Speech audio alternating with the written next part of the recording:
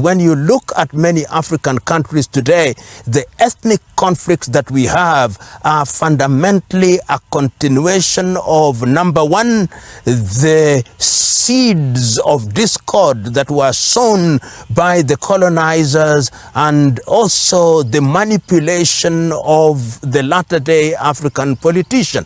So that when one talks about, for example, the genocide in Rwanda against the Tutsi, which happened first in 1959 and again in 1994, you can see its genesis from the manipulation initially by the Germans and then by the Belgians and ultimately by the French, which led to the massacre of the Tutsis and the moderate Hutus. And this is as a result of the politicization of PLO Lumumba, talking to you from the beautiful Windsor Golf Hotel and Country Club in Nairobi, Kenya. Today we talk about the subject of ethnic conflicts in Africa. You know, there is the tendency to talk about ethnic conflicts in Africa as if it were unique. It is important to preface this conversation by saying that conflict is what in many ways defines human relations. It matters not whether you are in Europe, Asia, Latin America. Conflict is what has been present throughout the ages.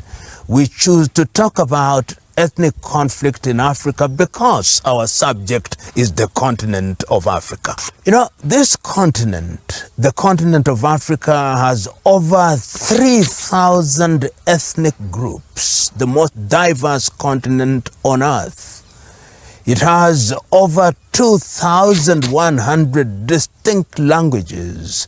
And before the advent of colonization, many of these ethnicities had their own systems of governance. The territories changed. You had the farmers who settled and were tilling the land.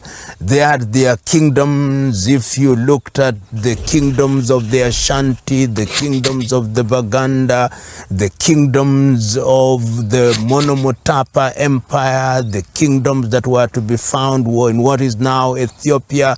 There were many kingdoms, Bunyoro, Kitara, there were many. And of course they are nomads, those who move from country to country or from region to region or territory to territory, and they are simply grazing their animals, and of course in the process of grazing their animals and moving from territory to territory, definitely conflicts arise. So when one talks about ethnic conflict in Africa, one must characterize those conflicts before the advent of the colonizer and after the advent of the colonizer. Creation of kingdoms and conquest was not unique to different parts of the world. It was also a part of the African kingdom creation. When one looks at the ethnic groups in the western part of Africa, you had big kingdoms such as the Ashanti kingdom, and one will remember people like Sundiata Keita, the Epic of Mali, who in the process of trying to create his territory was subduing other ethnic groups. Those were areas that were rife with conflict because there was territorial expansion. There was also conflict that arose as a result of the competition of empires. So you would find the Ashanti getting into conflict with the Mandinka or with the Yoruba in terms of trying to retain territory. So kingdom creation was in itself a breeding ground for conflict in pre-colonial Africa. Conflict was also generated because of the struggle for resources. When those who are nomadic were moving from different parts of Africa to other parts of Africa, as we have seen in the history of migration, then one sees that there is conflict which is brought about by the competition for resources. And those resources could mean grazing grounds, The resources would mean water, and these conflicts continue to persist even up today. There were also conflicts which were born out of fickle things, just the ego of those who are in control of their territories, such as kings. And when Africa started trading with the rest of the world, then it must be told that some African kings were themselves taking hostages and selling them as slaves within the African continent. And of course, when slave trade started in earnest, and quite a number of African countries started trading with Europeans and the Arabs on the western part, the first trade that started in earnest was the trade that took place between quite a number of communities with the Portuguese. And you find that Portuguese influence. The Dutch were involved, the Swedes were involved, the British were involved, the French were involved. And you only have to visit the coast of Ghana, for example. You see the castle, the Elmina Castle, and many castles in that area. This was also evident as you move down in Angola. If you meet some of the major conflicts that took place between the traders that were looking for India, the early explorers such as Vasco da Gama, who were moving from Lisboa, or what is Lisbon in English, and were planting their padraos. These padraos were signs of conquest. And all these brought about conflicts. You'll also find conflicts that were generated and created by outsiders.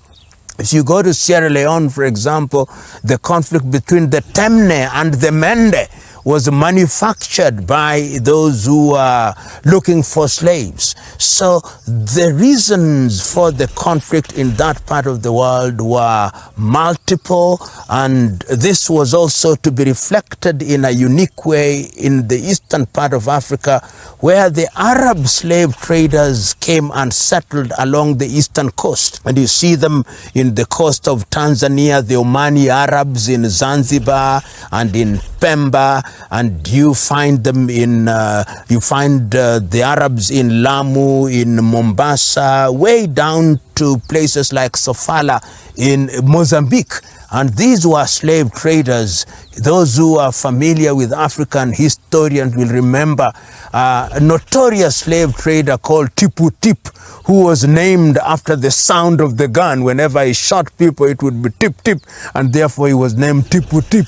And these were major traders. These were conflicts that were brought about. So we see conflicts which were endemic within the continent of Africa as a result of territorial expansion, conflicts that came about because there was competition for resources between the farmers and the nomads, conflicts that were brought about by external factors who are the traders.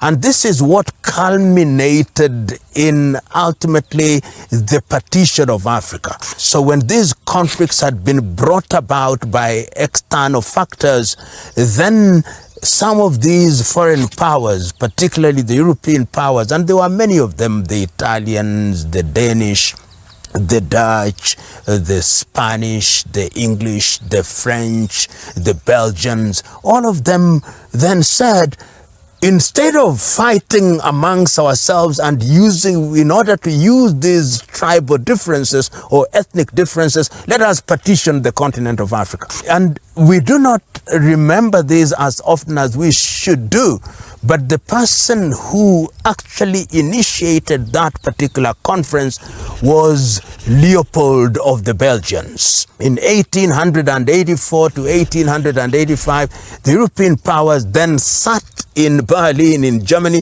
and partitioned the continent in what today we see as African countries. And the partition was as arbitrary as it was dangerous.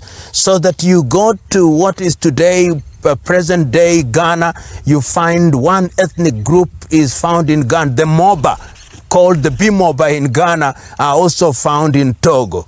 You go to Gambia, you find the Mandinka. And in that general area in Sierra Leone, you find the Zagawa, you find the Kanuri, and you come to Tanzania, you find the Masai in Tanzania, the Masai in Kenya, you find the Baganda also finding themselves the so-called Luhya tribes, and you go down south, you find people who are different, the Sutu, the Swana. All these then became the breeding ground of what is modern day African conflict, post-colonial African conflict, because of the arbitrary partitioning of these boundaries. One of the most unique conflicts in this regard is the conflict that persists today in the Democratic Republic of Congo, where the Rwandese kingdom was partitioned, so that we have one part of the kingdom in what is present-day Rwanda, and the rest remained in the Democratic Republic of Congo, who are called the Banyamulenge. And these are people who speak the same language, and yet they have now find themselves in different countries. The same is with Somalia. You find the Somalis are to be found in Djibouti. They are to be found in Ogaden in present-day Ethiopia. They are to be found in what is Somalia. They are to be found in Kenya. And all these things were the breeding ground of what is modern-day conflict. And when countries regained independence, one of the very first issues that was the subject of discussion in Addis Ababa in 1963, should we redraw the boundaries in order to reduce these ethnic conflicts, to reduce cross-border conflicts? And the voices that were very clear at that time, people like Kwame Nkrumah, Julius Kambarage Nyerere, Emperor Haile Selassie of Ethiopia said, no, if we begin to redraw these boundaries, which country would not be at conflict with the other? And therefore, in 1964, when there was a meeting convened by Egypt's Gamal Abdel Nasser, one of the things that Africans agreed upon, African leaders, is that the inherited colonial boundaries would be inviolable. It's called the doctrine of the inviolability of inherited boundaries. It was in an attempt, therefore,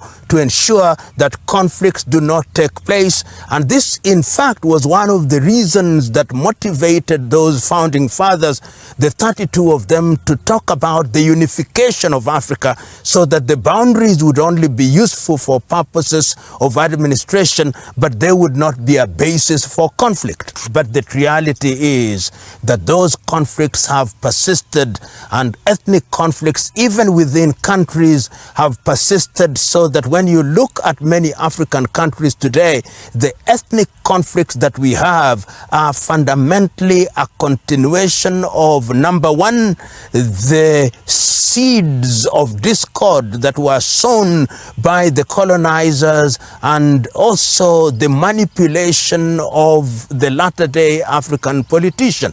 So that when one talks about, for example, the genocide in Rwanda against the Tutsi, which happened first in 1959 and again in 1994, you can see its genesis from the manipulation initially by the Germans and then by the Belgians and ultimately by the French, which led to the massacre of the Tutsis and the moderate Hutus. And this is as a result of the politicization of these relationships. So foreign intervention has also been alive and well, and whenever they have seen the fire of ethnicity, they have added the oil of manipulation in order to ensure that the conflagration continues, so that they continue to exploit African countries on the basis of ethnic differences. That is something that Africa must resist, and Africans must collaborate, if they must, with foreign powers only to the extent that it is in their best interest, because collaboration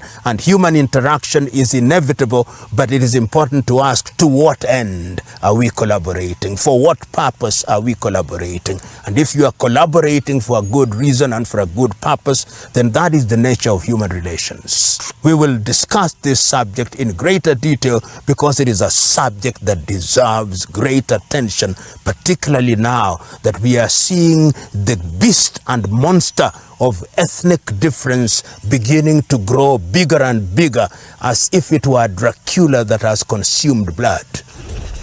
Thank you.